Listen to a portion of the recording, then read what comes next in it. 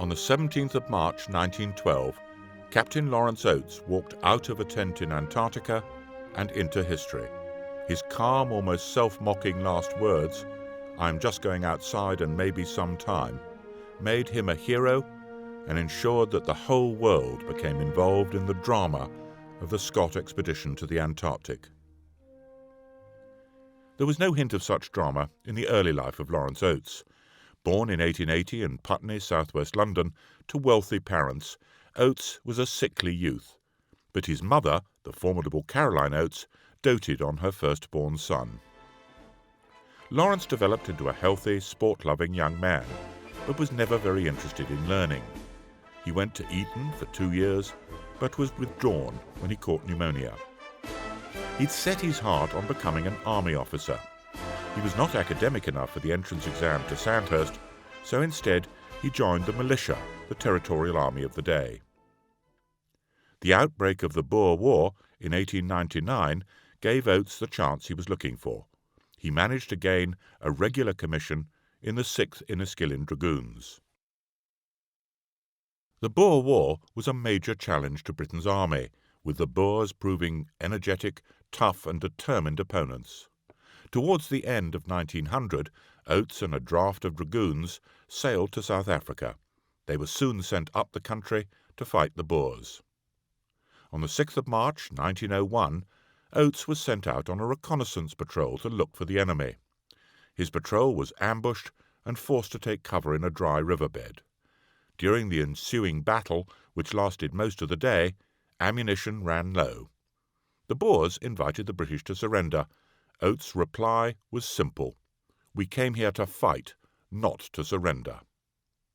After 4 hours, the Boers withdrew, leaving Oates with only 2 soldiers, both wounded.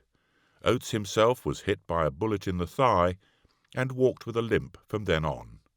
He was mentioned in dispatches for his bravery and recommended for a Victoria Cross. As a result of his exploits in the Boer War, he became known as No Surrender Oates.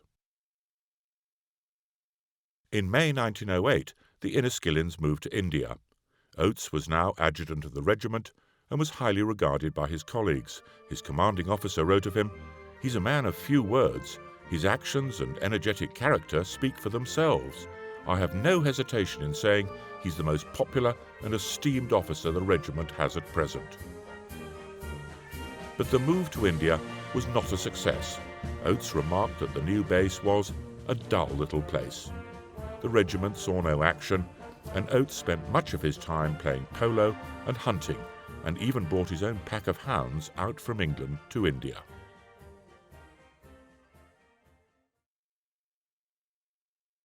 Towards the end of 1909, Oates applied to join Captain Scott's Antarctic expedition. He wrote volunteering his services and offered £1,000 to the expedition's funds if selected. Scott accepted the offer. Both the money and Oates' knowledge of horses would be useful. Scott was going to use horses to tow the sledges. Oates was the only army officer to join the expedition. Having joined up, Oates then wrote rather shamefacedly to tell his mother what he'd done. "I feel I ought to have consulted you before I sent in my name. I shall be out of touch for some considerable time." On the 15th of June 1910, the expedition set off from Cardiff in a converted Dundee whaler, the Terra Nova, on a voyage of exploration and scientific discovery.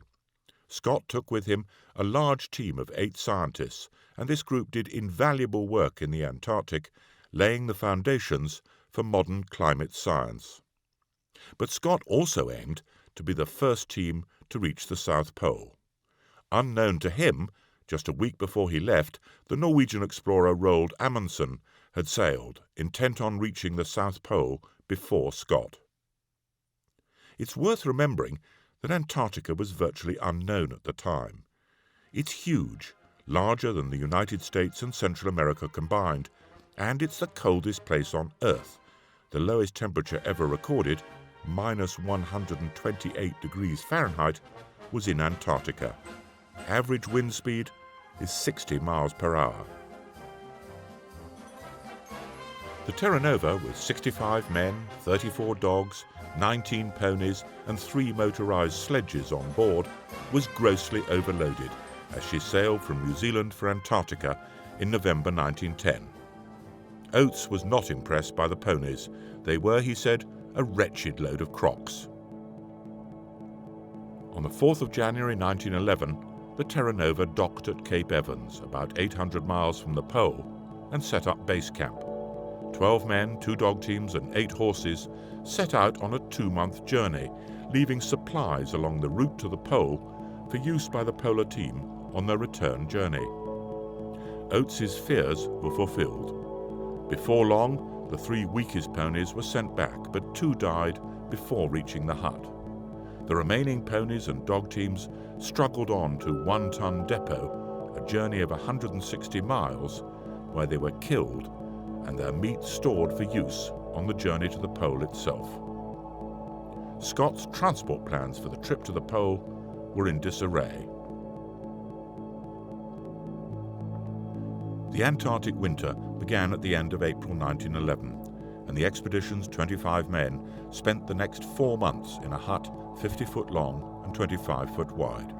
Oates noted, "We got on well together, and there was none of the quarrelling which usually accompanies a winter where a number of men are confined together in a dark hut." On the 1st of November, when daylight had returned, the team set off for the pole. In a letter to Oates's mother, Scott described him as one of the most popular and cheery members of our small community. As they travelled to the Beardmore Glacier, pony after pony died. On the 9th of December, at the foot of the glacier, the last pony was shot. Now the team would rely on human muscle for the 125 miles as they climbed 10,000 feet up the glacier, and then on for another 350 miles to the South Pole. On January the 3rd, as the team approached the top of the Beardmore Glacier, Scott selected the final team to go to the pole. Oates was included. He wrote home to his mother, "What a lot we shall have to talk about when I get back. God bless you and keep you well until I come home." The 18th of January 1912, the polar team, Scott, Oates, Evans, Bowers and Wilson, reached the pole, only to find that Amundsen had beaten them to it. "Great God, this is an awful place," was Scott's comment. Oates was characteristically cool. "Scott is taking his defeat much better than I expected." As the team turned for home, the weather worsened and their physical condition deteriorated, with frostbite common and food short. On the 17th of February, Evans died. By now, the exhausted team was managing only a few miles a day, while the weather got worse, with temperatures regularly below -40 degrees. Oates's feet were now a major problem.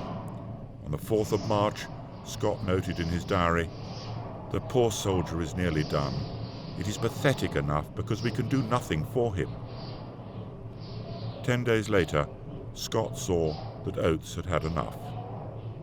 At night, we knew the end had come. He was a brave soul.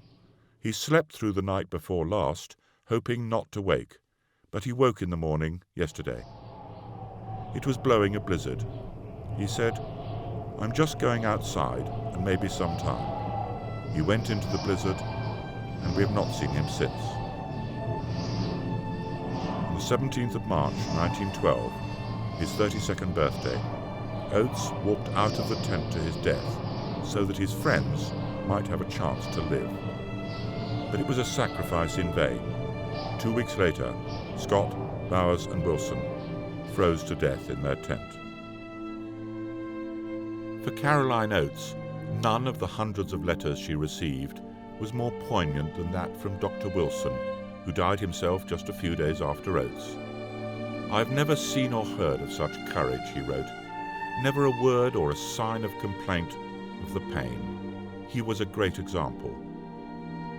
Among the numerous tributes to Oates, none perhaps was nearer the mark than the Belgium newspaper Le Temps. When the question is asked, what is a true gentleman, it will suffice to say that it is a man who behaves like Captain Oates.